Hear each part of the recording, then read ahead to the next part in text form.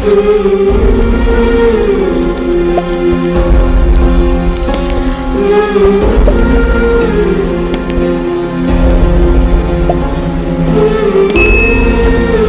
हुआ हल्दी घाटी के युद्ध के बाद? क्या आपने कभी पढ़ा है कि हल्दी घाटी के बाद अगले 10 साल में मेवात में क्या हुआ? इतिहास से जो पन्ने हटा दिए गए हैं उन्हें वापस संकलित करना ही होगा, क्योंकि वही हिंदू रेजिस्टेंस और शौर्य के प्रतीक हैं। इतिहास में तो ये भी नहीं पढ़ाया गया है कि हल्दी घाटी युद्ध में जब महाराणा प्रताप ने कुंवर मान सिंह के हाथी पर जब प्रहार किया तो शाही फौज 5-6 कोस दूर तक भाग गई थी और अकबर के आने की अफवाह से पुनः युद्ध में सम्मिलित हुई है। ये वाकया अबुल फजल की पुस्तक अकबर नामा में दर्ज है।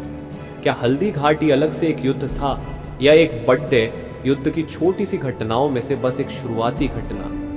महाराणा प्रताप को इतिहासकारों ने हल्दी घाटी तक ही सीमित करके मेवात के इतिहास के साथ बहुत बड़ा अन्याय किया है। वास्तविकता में हल्दी घाटी का युद्ध महाराणा प्रताप और मुगलों के बीच हुए कई युद्धों की शुरुआत भर था। मुगल न तो प्रताप को पकड़ डाल सके और न ही मेवात पर आधिपत्य जमा सके। हल्दी घाटी के बाद क्या हुआ वो हम बताते हैं। हल्दी घाटी के युद्ध के बाद महाराणा के पास सिर्फ 7,000 सैनिक ही बचे थे और कुछ ही समय में मुगलों का कुंभलगढ़, गोगुंदा, उदयपुर और आसपास के ठिकानों पर अधिकार हो गया था। उस स्थिति में महाराणा ने गुरिल्ला युद्ध की योजना बनाई और मुगलों को कभी भी मेवात में सेटल नहीं होने दिया। महाराणा के शौर्य से विचलित अकबर ने उनको दबाने के लिए 1576 में हुए हल्दी घाटी के बाद भी हर साल 1577 से 1582 के बीच 1 लाख के सैन्य बल भेजे, जो कि महाराणा को झुकाने में नाकामयाब रहे। हल्दी घाटी युद्ध के पश्चात महाराणा प्रताप के खजांची भामाशाह और उनके भाई ताराचंद मालवा से दंड के 25 लाख रुपए और 2000 अशरफिया लेकर हाजिर हुए। इस घटना के बाद महाराणा प्रताप ने भामाशाह का बहुत सम्मान किया और दिवेर पर हमले की योजना बनाई। भामाशाह ने जितना धन महाराणा को राज्य की सेवा के लिए दिया, उससे 25,000 सैनिकों को 12 साल तक रसद दी जा सकती थी। बस फिर क्या था, महाराणा ने फिर से अपनी सेना संगठित करनी शुरू की और कुछ ही समय में 4,000 लड़ाकों की एक शक्तिशाली सेना तैयार हो गई। उसके बाद शुरू हुआ हल्दी घाटी युद्ध का दूसरा भाग, जिसको इतिहास से एक षड्यंत्र के तहत या तो हटा दिया गया है या एकदम दरकिनार कर दिया गया है। इसे बैटल ऑफ दिवेर कहा गया है। बात सन 1582 की है। विजयदशमी का दिन था और महाराणा ने अपनी नई संगठित सेना के साथ मेवात को वापस स्वतंत्र कराने का प्रण लिया। उसके बाद सेना को 2 हिस्सों में विभाजित करके युद्ध का बिगुल फूंक दिया। एक टुकड़ी की कमान स्वयं महाराणा के हाथ थी, दूसरी टुकड़ी का नेतृत्व उनके पुत्र अमर सिंह कर रहे थे। कर्नल टॉड ने भी अपनी किताब में हल्दी घाटी को थर्मोपाइली ऑफ मेवाड़ और दिवेर के युद्ध को राजस्थान का मैराथन बताया है। ये वही घटनाक्रम है जिनके इर्द गिर्द आप फिल्म 3 हंत को देख चुके हैं।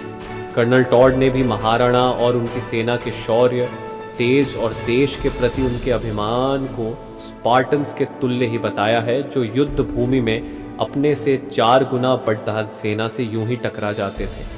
दिवेर का युद्ध बड़ा भीषण था।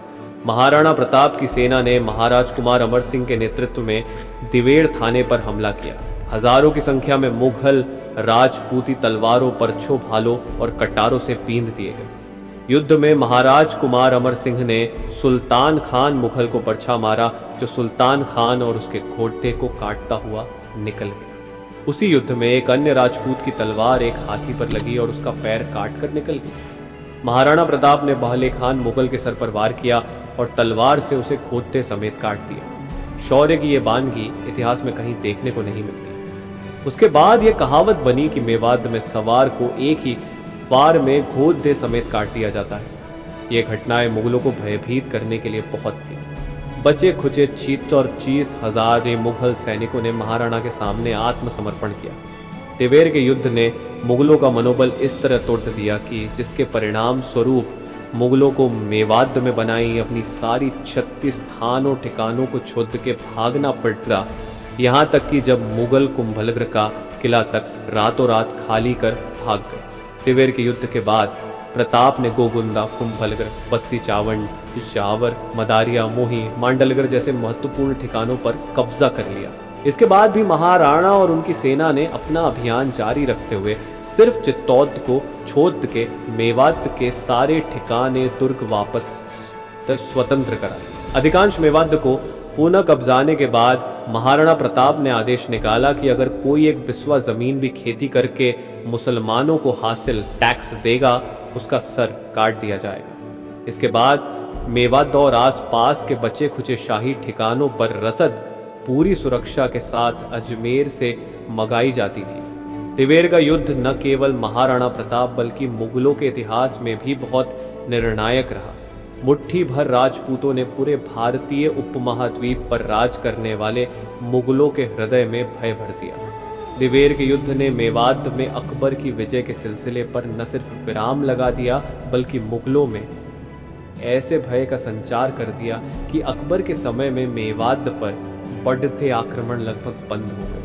इस घटना से क्रोधित अकबर ने हर साल लाखों सैनिकों के सैन्य बल अलग अलग सेनापतियों के नेतृत्व में मेवात भेजने जारी रखे, लेकिन उसे कोई सफलता नहीं मिली। अकबर खुद 6 महीने मेवात पर चढ़ाई करने के मकसद से मेवात के आसपास डेरा डाले रहा, लेकिन यह महाराणा द्वारा बहलोल खान को उसके खोटे समेत आधा चीर देने के ही डर था कि वो सीधे तौर पे कभी मेवात पे चढ़ाई करने नहीं आए।